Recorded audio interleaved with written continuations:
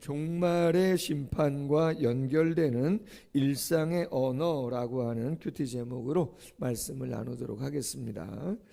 오늘 말씀 보니까 22절에 귀신 들려 눈 멀고 말 못하는 사람을 예수님께 데려왔다.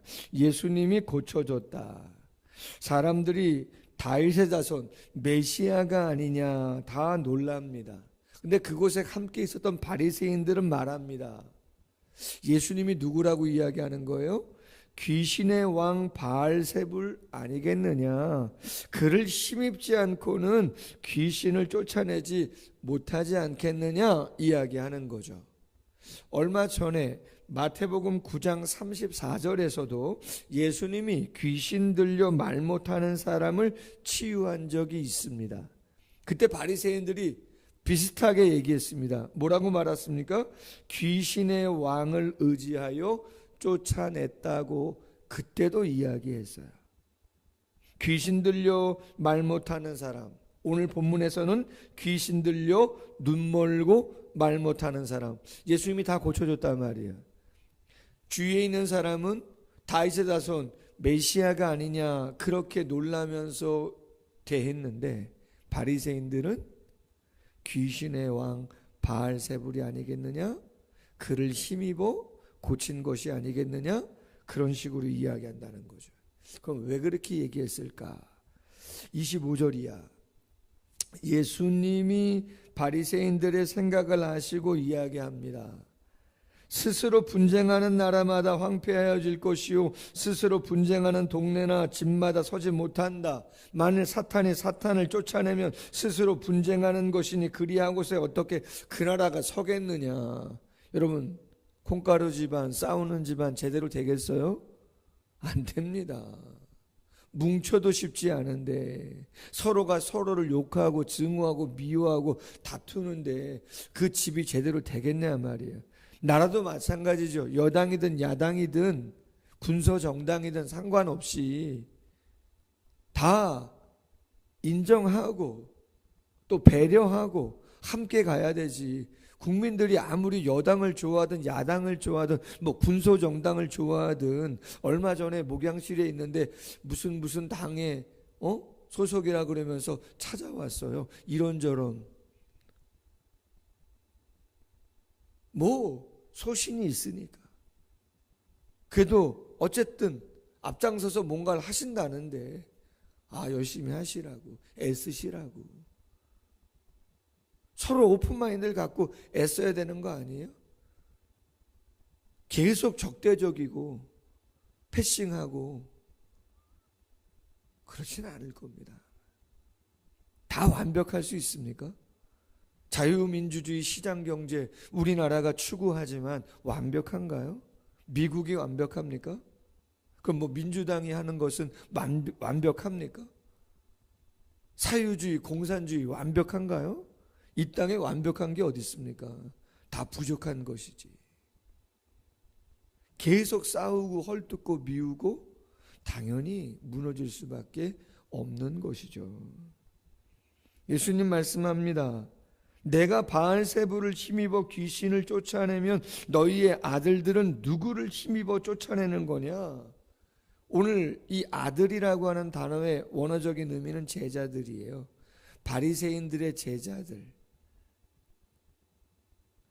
귀신을 쫓아내는 그러한 일들 있었다는 거죠. 그럼 도대체 너희들의 제자들이 귀신을 쫓아내는 거는 도대체 누구를 힘입어 쫓아낸 거냐? 그것도 바알세불을 힘입어 쫓아낸 거냐? 그들이 너희의 재판관이 될 거다. 앞뒤 안 맞는 얘기죠. 내가 하나님의 성령을 힘입어 귀신을 쫓아내는 것이라면 하나님의 나라가 이미 너희에게 임했다. 성령을 경험했다면, 성령이 마음속에 임했다면 하나님의 나라, 하나님의 통치가 이루어지는 것이고, 그렇게 되었다면 나에게 그렇게 적대감을 가지고 반감을 가지고 이야기하지 않을 거다. 사람이 먼저 강한 자를 결박하지 않고서야 어떻게 그 강한 자의 집에 들어가 그 세간을 강탈하겠느냐. 결박한 후에야 그 집을 강탈하지 않겠느냐. 나와 함께 아니하는 자는 나를 반대하는 자고, 나와 함께 사람들을 모으지 않는다면 다 그들을 해치는 자다. 여러분, 제가 오늘 본문 말씀을 보면서 이 바리새인들의 마음을 생각해 보았어요. 오늘 25절에 그러잖아요. 예수님께서 그들의 생각을 아시고, 그들의 생각은 뭐예요? 사실, 기적 그 자체에는 별로 관심이 없습니다. 예수님에 대한 오직 미움과 적대감과 불신에 차 있는 모습을 보여줍니다. 또한 그들의 생각은 뭡니까? 치유받은 환자도 관심이 없어요. 영혼 사랑에도 관심이 없어요. 여러분, 솔직히 여러분의 가정에 귀신 들린 자녀가 있다고 생각해 보세요. 제 자녀가 귀신이 들려가지고 말을 못해요.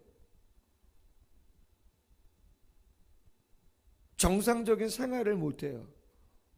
어릴 때부터 통제불능이에요. 그렇게 10년, 그렇게 20년 살았어요. 그런데 예수님을 만났어요. 예수님이 치유해 줬어요. 제가 언젠가 말씀드렸죠. 예전에 있던 교회에서 장애인 사역을 하는데 그 장애가 있는 아이들을 돌봐주는 것도 중요하지만 그분들의 부모님을 하루 정도, 이틀 정도 그 장애 아이들을 전문 인력을 통해서 우리가 케어해 주는 것도 중요하지만 또 다른 의미는 뭐냐면 그 장애 아이를 둔 부모님들이 늘 그 아이에 매여 있기 때문에 정말 하루 이틀 정도는 여행을 통해서 그분들에게 쉼을 주는 게 얼마나 귀중한 건지 깨닫게 됐단 말이죠. 장애인 사역하면서 부모님들이 얼마나 힘들어 했는지 그 자녀들 때문에. 여러분, 10년 20년 귀신 들린 자녀 때문에, 형제 때문에 그렇게 정상적인 삶을 살아가지 못한 그 가정에 하나님이 치유를 해줬으면, 그 마음을 헤아린다면 같이 기뻐하고 감사하고 그래야죠. 이웃에 대한 마음이 1이라도 있는 겁니까 지금? 1도 없는 겁니다. 어떻게 보면 놀라고 기뻐해주고 잘됐다고 이야기하고 그게 정상 아닙니까? 그럼 왜 그럽니까? 그렇죠. 자신들의 기득권이죠. 자신들의 기득권이에요. 자신들이 존경받는 거, 자신들의 위치 누리고 있는 거 잘못하면 뺏길 것 같거든요. 참 아쉽죠. 중요한 거 하나 나누겠습니다. 여러분, 우리는 제 자신도 그런 생각을 했었으니까요. 기도하면 다 낫는 거 있잖아요. 안수하면 다 낫고, 와, 우리 목사님 능력 있다, 막 이런 거 듣고 싶잖아요. 사람이니까. 근데 여러분, 성경을 자세히 보세요. 오늘 말씀만 보더라도 기적이 일어나면 믿습니까? 기적이 일어나면 존경받는 건가 보죠? 그럴 것 같죠? 그렇지 않다는 거예요. 예수님이 심지어 죽은 자도 살렸잖아요. 오병이어의 기적을 일으키고 못하신 게 뭐 있어요? 복음서에. 사람이 할 수 있는, 사람이 할 수 없는 모든 걸 다 하신 거잖아요. 보는 앞에서. 그런데도 안 믿어요. 그런데도 부인합니다. 그런데도 떠나갑니다. 기적이 없어서 안 믿고 떠나가고 부인하고 그런 게 아니라는 얘기예요. 그건 다시 이야기하면 기적으로 믿음이 생기는 게 아니라는 거예요. 기적보다 더 큰 기적은 내가 예수님을 믿고 있다는 거예요. 이게 놀라운 기적이에요. 보여주면 믿겠다 그러죠? 봐도 못 믿어요, 여러분. 믿음은 봐서 믿는 게 아니에요. 들었다고 믿는 것도 아니에요. 두 가지가 필요해요, 믿음에. 믿음은 들음에서 나고 들음은 그리스도의 말씀으로 말미암는다 말씀하잖아요. 믿음은 첫 번째 뭐가 필요하냐? 진리를 들어야 돼요. 예수님의 십자가와 부활, 그 복음을 들어야 돼요. 그럼 들으면 딱 믿음이 생깁니까? 아니에요.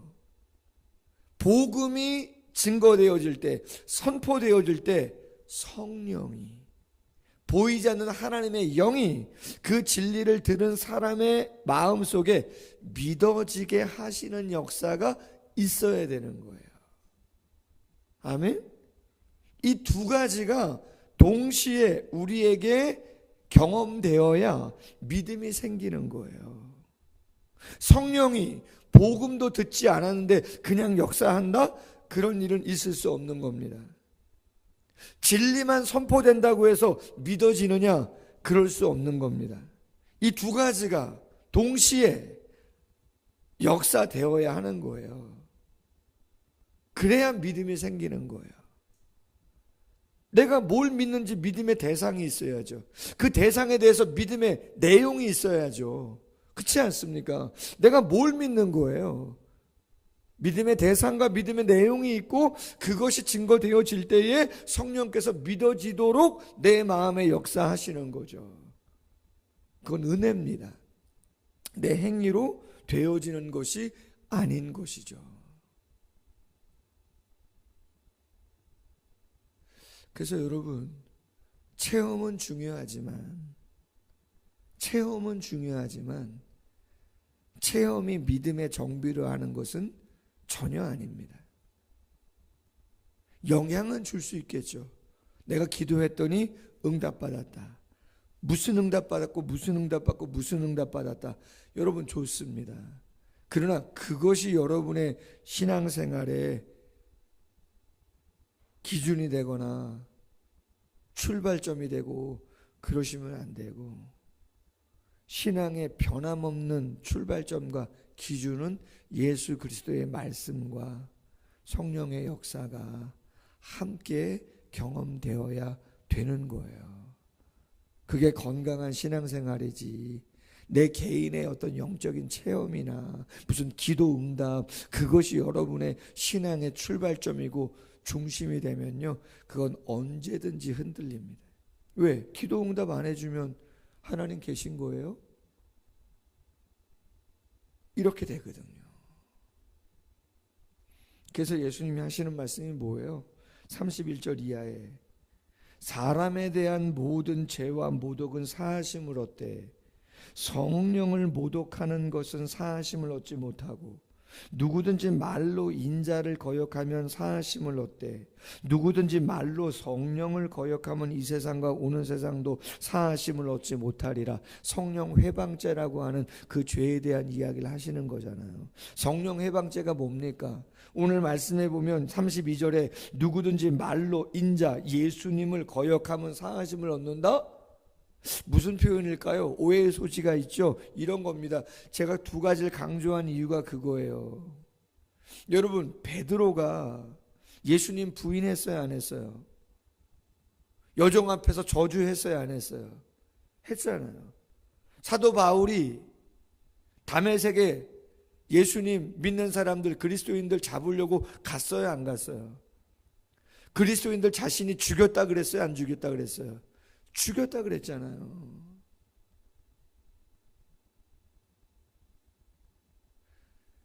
진리를 들었지만 그것을 믿지 못하면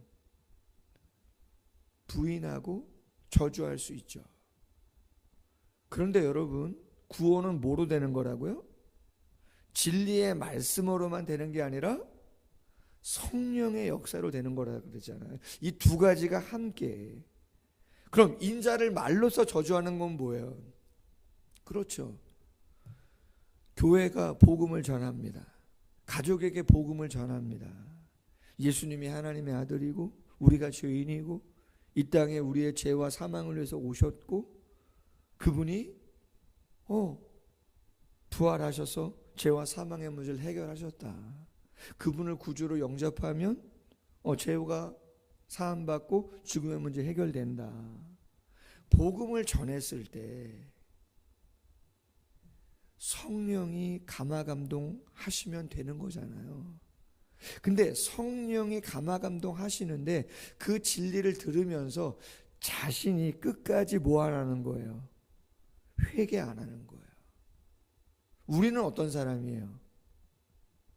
회개한 사람 아니에요? 바울도 어떤 사람이에요? 회개한 사람이죠. 베드로도 어떤 사람이에요? 회개한 사람이죠. 누가 지옥 가는 거죠? 회개하지 않은 사람. 끝까지 마음의 강팍함을 풀지 않고 있는 사람이에요. 성령을 경험하지 않은 사람이에요.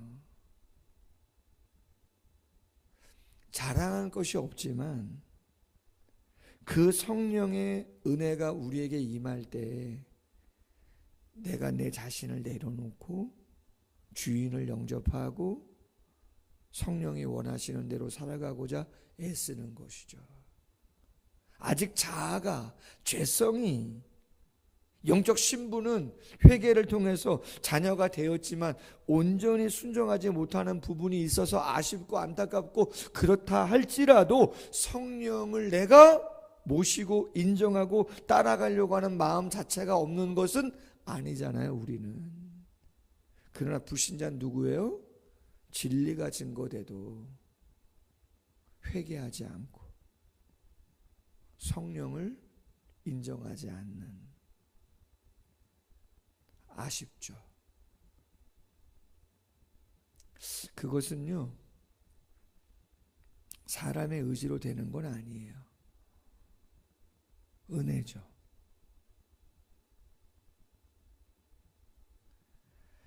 오늘 33절 이하에 나무도 좋고 열매도 좋다 하든지 나무도 좋지 않고 열매도 좋지 않다 하든지 하라. 그 열매로 나무를 안다. 무슨 이야기예요? 성령으로 거듭난 사람은 삶의 열매, 입술의 열매를 맺는다. 왜? 마음에 쌓은 것을 가지고 말을 하기 때문이다. 그 말이죠. 여러분, 우리 모두도 다 우리 중심 아닙니까? 우리도 다 시기 질투 있는 거 아닙니까? 기득권 내려놓고 싶지 않는 거 아닙니까? 그러나 진리를 들을 때, 하나님 말씀을 들을 때, 성령의 감동이 있을 때, 제가 새가족한테 늘 새가족 공부할 때 그런 얘기하죠. 목사가 눈치가 많다고, 눈치가 빠르다고. 왜? 직업병이에요. 성도들이 무엇을 원하는가 늘 생각하고 바라보다 보니까 눈치가 빨라요. 근데 다른 성격에 눈치가 있다 그랬잖아요. 무슨 눈치요? 제 안에 있는 생각이나 감정을 드러내지 않는 것도 그것도 훈련이 되더라고요. 직업병이다 보니까. 좋아도 다 좋다고 못해요. 오해할까 봐. 싫은 건 더더군다나 안 되겠죠. 성도들 시험 들 거 아니에요. 집사님 그렇지 않아요? 제가 누군가 싫다고 얘기하면 그분 교회 오시겠어요? 성도끼리도 서로가 싫다 그러면 오기 싫은데 그렇지 않겠습니까? 담임 목사라는 사람이 저 집사님 싫거든요? 그렇잖아요. 나 너 싫어. 너 청년 너 오지 마. 그러면 아예 안 오겠죠. 그 다음 주부터. 재미난 건 뭐라는 거예요?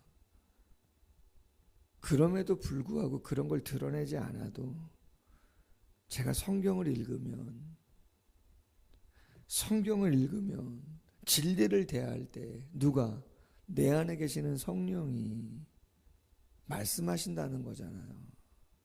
홍 목사, 너 그 집사님에 대해서, 그 성도님에 대해서 갖고 있는 그 부정적인 생각 언제까지 갖고 있을 거냐는 거잖아요. 여러분, 우리의 고민이 그게 아니에요? 우리의 고민은 그런 거죠. 그걸 해결해야 되는 거잖아요. 그걸 무시할 수 있어요, 그 음성을? 아니죠. 성령의 음성을 내가 어떻게 반응하느냐. 반응하면 열매가 달라지죠. 왜? 내가 좋은 나무가 되는 거기 때문에. 속으로는 썩어가는 나무가 아니라, 겉만 번지르한 나무가 아니라, 입만 무성한 나무가 아니라 속이 알차고 변화되어지기 때문에 당연히 열매가 좋을 수밖에 없게 되는 거죠. 그럼 열매가 뭐냐는 거죠. 주를 위해서 헌신하고 애쓸 때 당연히 열매가 있을 수 있죠. 내 개인적으로도 그렇고 삶에 보여지는 것들도 열매가 나타날 수밖에 없는 거죠. 말이요? 언어 생활이요? 당연히 조심하죠. 당연히 은혜가 되고 덕이 되는 말을 하려고 애쓰죠. 왜요?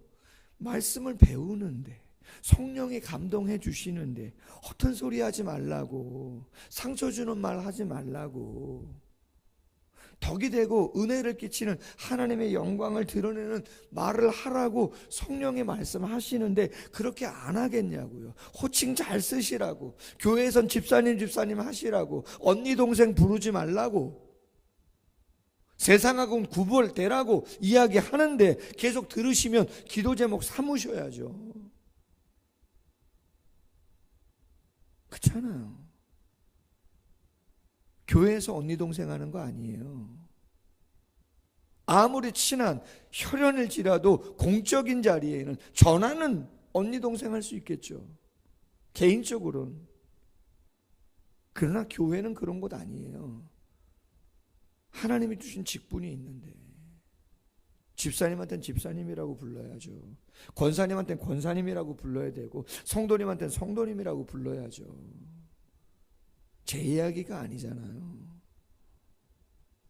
교회 질서를 잡으셔야죠.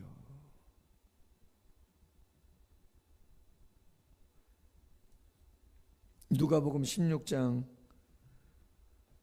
거지 나사로와 부자의 이야기. 부자가 말하죠. 나사로 좀 보내달라. 내 형제 5 있는데 죽은 자가 살아나면 믿을 거다. 아니다. 모세와 선지자가 있다. 구약성경 말하는 거죠. 하나님 말씀 전해졌을 때 믿으면 그 사람 가능성 있는 거고, 복음이 증거되는데도 믿지 않는다?